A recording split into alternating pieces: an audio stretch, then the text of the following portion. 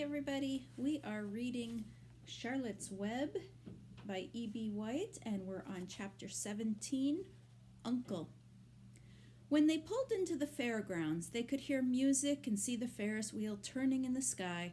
They could smell the dust of the racetrack where the sprinkling cart had moistened it, and they could smell hamburgers frying and see balloons aloft. They could hear sheep blatting in their pens. An enormous voice over the loudspeaker said, "Attention, please! Will the owner of a Pontiac car, license number H2439, please move your car away from the fireworks shed?" "Can I have some money?" asked Fern. "Can I too?" asked Avery. "I'm going to win a doll by spinning a wheel, and it will stop at the right number," said Fern. "I'm going to take a steer at a jet plane and make it bump into another one." "Can I have a balloon?" asked Fern. "Can I have a frozen custard and a cheeseburger and some raspberry soda pop?" asked Avery. "You children be quiet till we get the pig unloaded," said Mrs. Arable. "Let's let the children go off by themselves," suggested Mr. Arable. "The fair only comes once a year." Mr. Arable gave Fern 2 quarters and 2 dimes. He gave Avery 5 dimes and 4 nickels. "Now run along," he said. "And remember, the money has to last all day. Don't spend it all in the first few minutes. And be back here at the truck at noontime so we can all have lunch together. And don't eat a lot of stuff that's going to make you sick to your stomachs.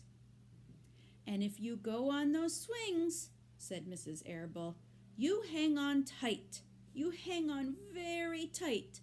Hear me? And don't get lost. And don't get dirty.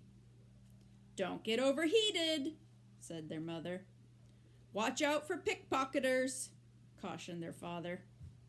"And don't cross the racetrack when the horses are coming," cried Mrs. Zuckerman.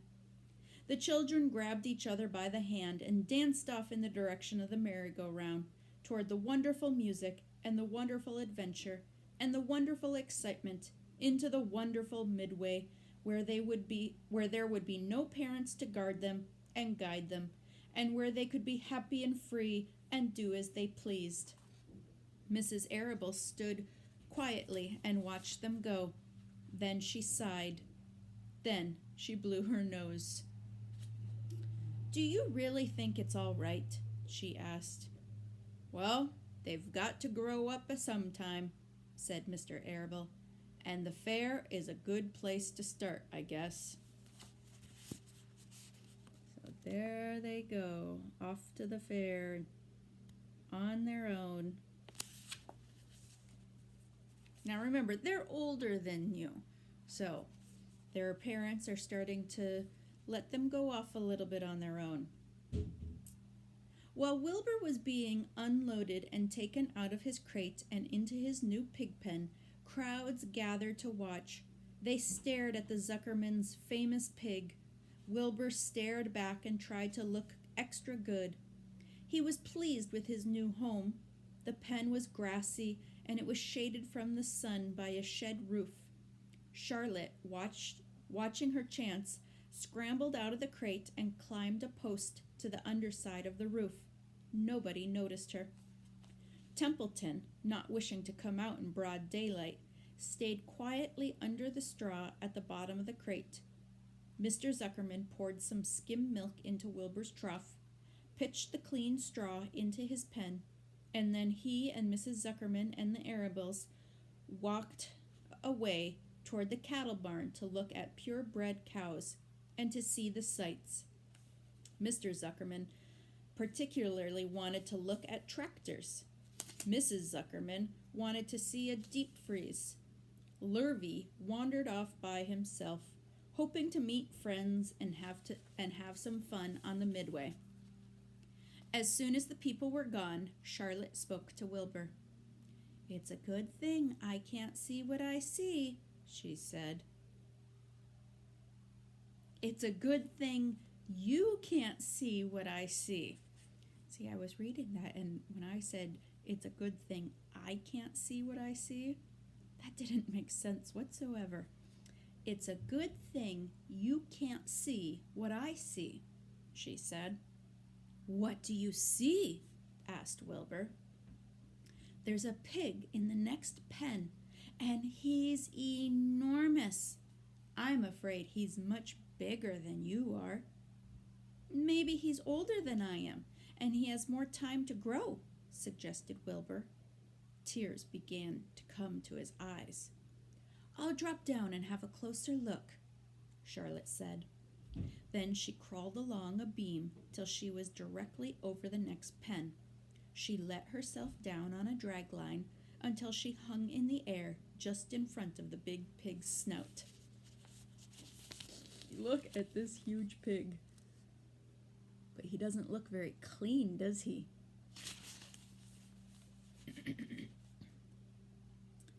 May I have your name? She asked politely. The pig stared at her. No name, he said in a big, hearty voice. Just call me Uncle. Very well, Uncle, replied Charlotte. What is the date of your birth?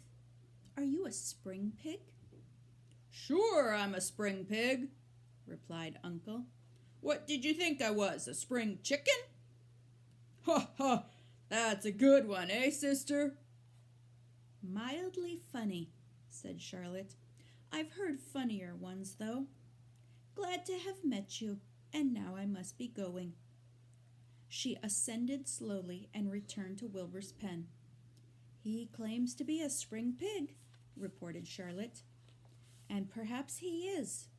One thing is certain, he has a most unattractive personality. He is too familiar, too noisy, and he cracks weak jokes. Also, he's not anywhere near as clean as you are, nor as pleasant. I took quite a dislike to him in our brief interview.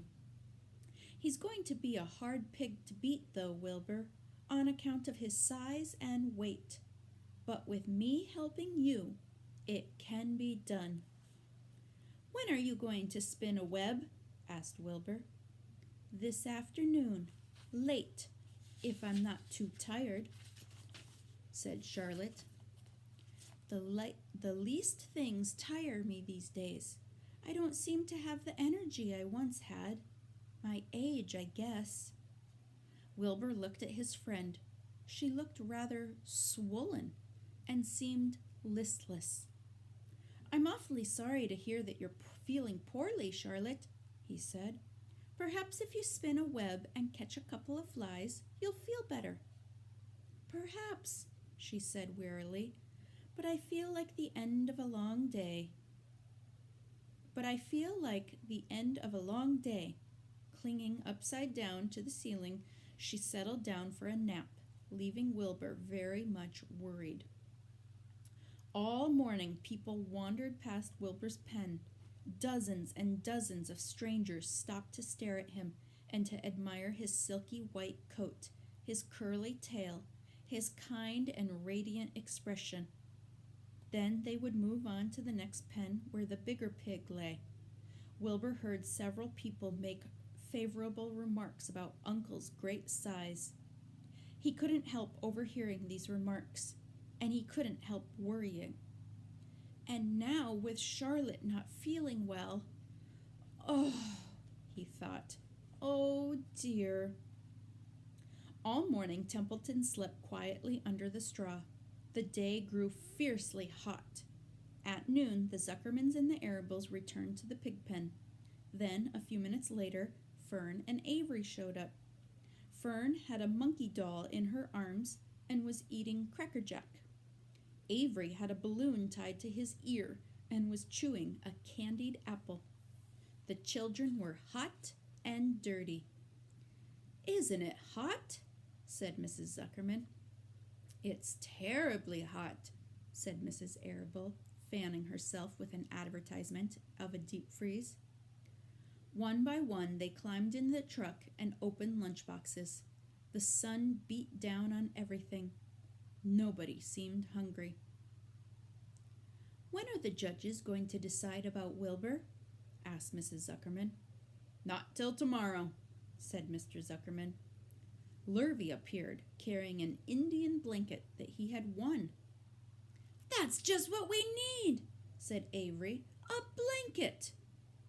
"Of course it is," replied Lurvy, and he spread the blanket across the sideboards of the truck so that it was like a little tent. The children sat in the shade under the blanket and felt better. After lunch, they stretched out and fell asleep. We are getting so close to the end of the book. We are on chapter 18, The Cool of the Evening. Oh, now let's see. We've got 19 and 20. Let's see what this goes up to. 22. We're getting really close. We're going to be reading 18 next time, and we've got 22 chapters overall. See you later.